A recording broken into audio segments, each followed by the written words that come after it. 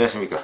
2020년 5월 22일 저병모 이펙트 시작하겠습니다. 미래통합당이 결국 난상 끝에 김종인 비대위 체제를 출범시키기로 했습니다. 조금 전에 주호영 원내대표가 기자들하고 만나서 압도적 다수가 김종인 비대위를 의결했다, 이렇게 찬성을 했다, 이렇게 얘기를 했습니다. 그래서 김종인 비대위원회의 권한은 뭐 대표나 마찬가지고요. 그 다음에 이제 그동안에 문제가 되었던 활동 기한, 이것은 내년 재보선까지 이렇게 얘기를 했습니다. 재보선까지면 내년 4월 7일에 재보선이 예정이 돼 있으니까 일단 재보선 공천하고 그 다음에 재보선의 성패까지도 김종인 비대위가 이제 책임을 져야 하는 그런 과제를 안았습니다. 자, 그러면 김종인 비대위원장 체제, 그동안에 뭐 된다 안 된다 당내에서 굉장히 말이 많았고요.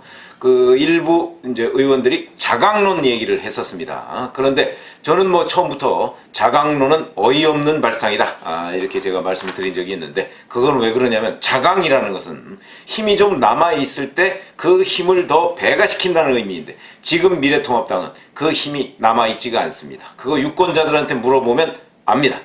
그런데 자기들 스스로만 그걸 제대로 모르고 있다가, 그리고 그 각종 여론조사 같은 거, 심지어는 여의도 연구원에서 나오는 여론조사도 자기들 스스로 믿지 않고 있다가 오늘날 180석을 민주당에 내주는 이런 참사를 겪고도 제가 보건대는 아직도 미래통합당의 상당수의 당원들 반성을 하지 못하고 있다. 지금 뭐가 문제인지 아직도 모르고 있다. 이런 점에서 본다면 김종인 비대위 체제, 저는 불가피했다, 이렇게 보고요. 자, 그러면 김종인 비대위는 만병통치약이냐? 아닙니다.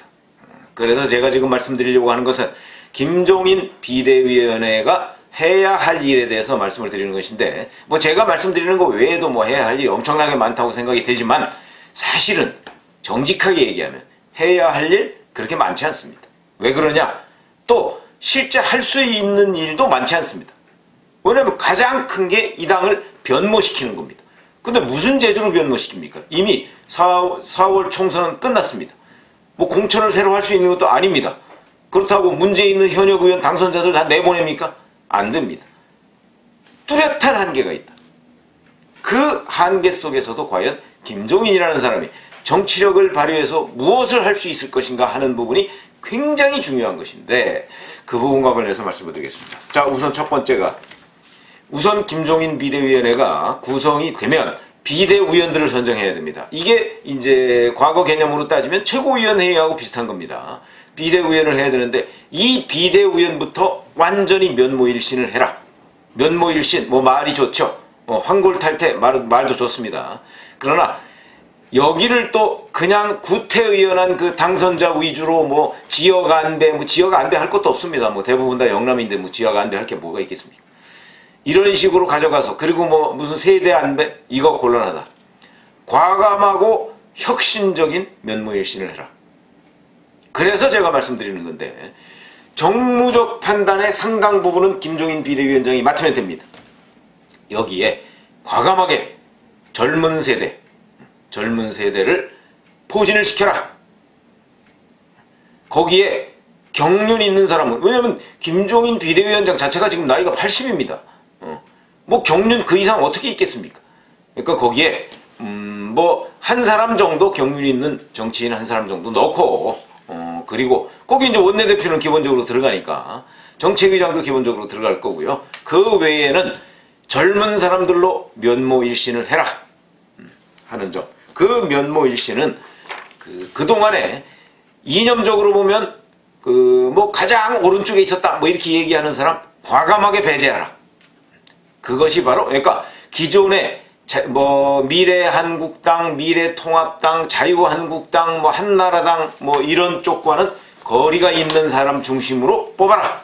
그래야 변모를 유권자들이 느낄 것이다. 뭔가 유권자들이 저 당이 변했네 하고 느끼려면 과거와 다르지 않으면, 과거와 단절하지 않으면 변했다는 걸 느끼지 못한다 하는 게 바로 유권자들의 눈높이입니다. 거기에 부응할 수 있는 정무적 감각, 그것이 굉장히 중요하다. 아니면 예를 들어서 어떤 뭐 기업인, 뭐 이런 사람을 넣을 수도 있습니다. 물론 그게 뭐 기업인을 넣으면 그 기업이 잘못하면 이제 여권에 밑보여서 문제가 될 소지가 있으니까 뭐 그런 게 좀 아니고. 그리고 거기에서 과감하게 뭐 주호영 원내대표가 뭐 판사 출신이니까 법조인이니까 법조인처럼 또는 공무원 뭐 이렇게 틀에 매인 사람들은 과감하게 배제하라. 제가 이런 말씀을 드립니다. 자, 그 다음 두 번째. 사실은 저는 이게 굉장히 중요하다고 봅니다. 포퓰리즘이라고 하는 거. 지금 문재인 정부 이번에 저는 총선에서 그 미래통합당이 지금처럼 참패하게 된 첫 번째 이유로 제가 재난지원금을 꼽았었죠. 재난지원금. 이거는 합법적인 금권선거였다. 합법적이다. 이게 중요합니다. 그렇기 때문에 일종의 포퓰리즘이죠. 그런데 이 포퓰리즘에 대항하는 거, 우리가 재정 건전성을 확보해야 되고요. 우리가 나라 빚이 늘으면 우리 젊은 세대들이 나중에 이것을 벌어서 갚아야 되기 때문에 굉장히 어렵습니다. 그러니까 우리 건전한 보수 세력인 미래통합당은 이런 부분과 관련해서 포퓰리즘을 배격하고 어쩌고 저쩌고 그러면 100년 동안 선거에 집니다. 그렇기 때문에 제가 보건대는 자, 이러한 그 어떤 기본소득 개념의 포퓰리즘이라고 하는 쪽에 어떻게 대응할 것인가 하는 부분, 정책적 대응 방안을 지금부터 연구해라. 그 연구는 여의도 연구원 뭐 이런 걸 중심으로 해서 우리나라에 내놓으라 하는 전문가, 이 전문가가 학자라는 건 뜻은 아닙니다. 실물 정치를 잘 알고 실제 또 경제 분야를 잘 아는, 실물 경제를 잘 아는 사람들 뽑아서 그런 사람들로 하여금 정말로 재정 건전성도 해치지 않으면서 포퓰리즘에 대항할 수 있는 정책 또는 재정 건전성을 해치더라도 포퓰리즘에 대항할 수 있는 그런 대응책 이런 것들을 마련하지 않으면 앞으로 선거에서 계속 질 것이다.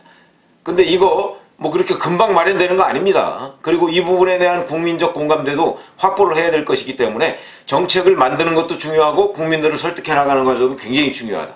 그런데 그것을 사실 내년 4월 재보선까지라고 하면 그렇게 시간 많은 거 아닙니다.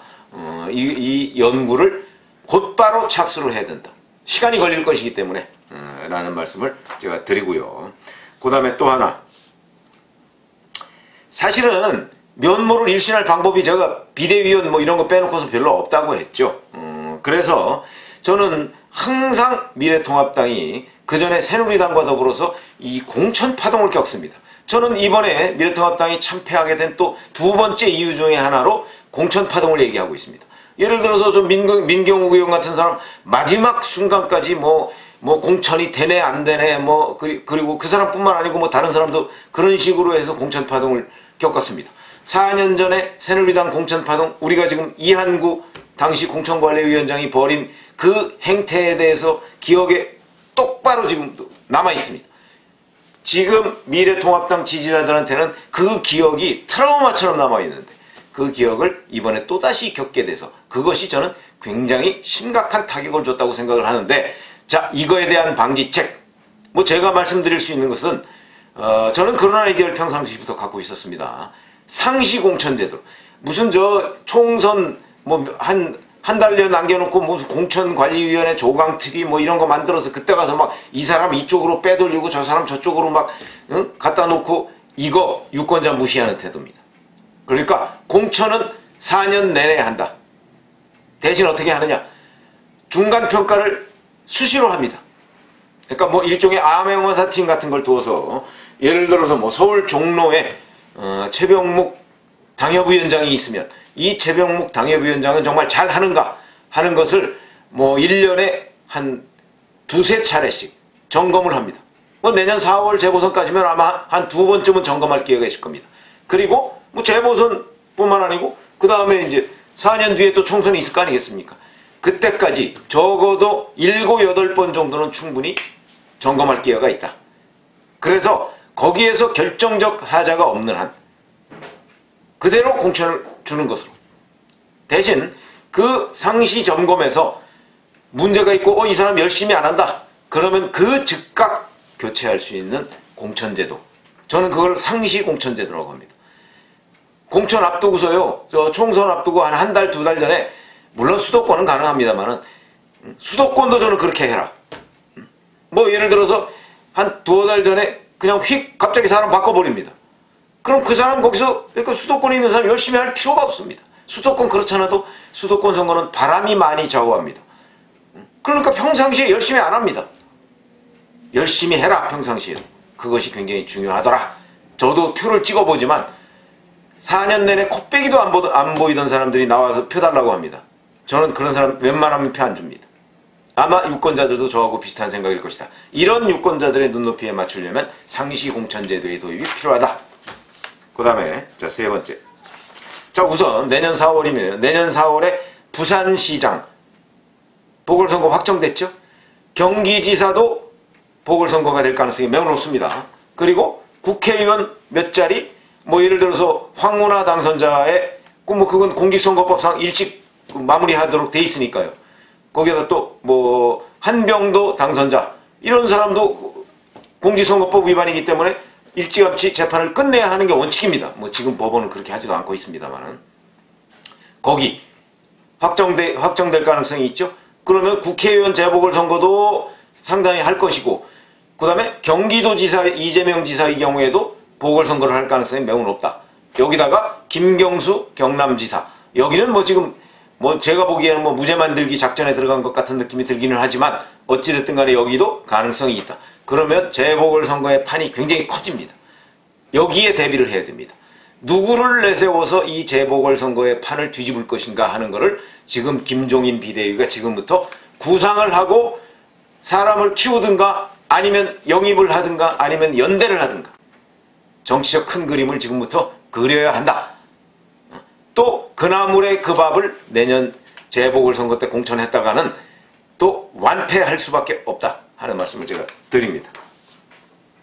그 다음에 이거보다 어찌 보면 더 중요한 게 2022년 대선이죠. 2022년 대선. 이 대선을 위해서 미래통합당이 해야 할 일이 무엇이냐? 저는 우선 큰 그림이라고 봅니다. 그 큰 그림은 첫 번째가 이 당내에 있는 사람 누구를 어떻게 경쟁 무대로 끌어낼 것인가? 이 당내에는 지금 뭐 홍준표 전 대표는 지금 뭐 밖에 있으니까 그렇다 치고 김태호 의원 이번 당선자죠 있습니다. 원희룡 제주지사 있습니다. 뭐 낙선을 했지만 오세훈 전 서울시장도 있을 수 있고요. 그 다음에 뭐 홍준표 전 대표가 복당하면 또 능력에 따라서는 뭐 후보가 될 수 있고 이 외에 제가 말씀드릴 수 있는 것은 바로 뭐 내년 7월이면 이제 윤석열 검찰총장은 검찰총장을 그만둡니다. 자, 그러면 윤석열 검찰총장도 매력을 느낄 수 있는 정당으로 변모를 시켜야 할 것이다. 만약에 정치를 한다고 했을 경우. 거기다가 기타 플러스 알파. 이런 것이 필요하고 그 다음에 안철수 국민의당 대표도 이 안에 포함을 시키고 뭐 안철수 국민의당 대표가 어떤 생각을 가지고 있던 간에 여하튼 그런 곳에 포함을 시켜서 뭔가 그 큰 그림, 빅 텐트를 김종인 비대위원장이 만들어야 한다. 시간이 많지 않기 때문에 그런 토대를 만들지 않으면 2022년 대선도 하나마나한 게임이 될 가능성이 매우 높다. 이런 관점에서 본다고 하면 그 토대를 김종인 비대위가 만들어야지 김종인 비대위가 만들지 않고 차기 전당대회에 넘겨서 내년 재보선 끝나고 나서 뭐 이 당에 있는 또 뭐 몇몇 사람들끼리 앉아가지고서 뭐 전당대회 한다고 그래서 이 사람들한테 맡겼다가는 미래통합당 공천파동과 같은 것에 재판이 될 가능성이 매우 높다 하는 관점에서 본다면 저는 김종인 비대위원회가 이 부분을 일단락 시켜놓고 비대위 체제를 마무리해야 된다. 이렇게 제가 말씀을 드립니다. 그래서 지금 어찌 보면 시간이 꽤 많은 것 같기도 하지만 그렇게 많지 않습니다. 그리고 이 2022년 그 토대가 아까 말씀드린 대로 바로 정책연구다. 그 정책연구는 자 재난지원금 문제, 코로나19 사태로 인해서 변화된 이런 정치 환경 속에서 미래통합당이 어떤 이념적 지향과 정책적 지향점을 가질 것인가 하는 그 연구에 바로 지금 착수해야 되고 그 결과물이 바로 나와야 되고 그리고 그걸 가지고 정책적 대전환을 하지 않으면 선거에서 계속해서 질 수밖에 없다 하는 그런 구조다. 코로나19 사태가 정치 지형 자체를 바꿨다.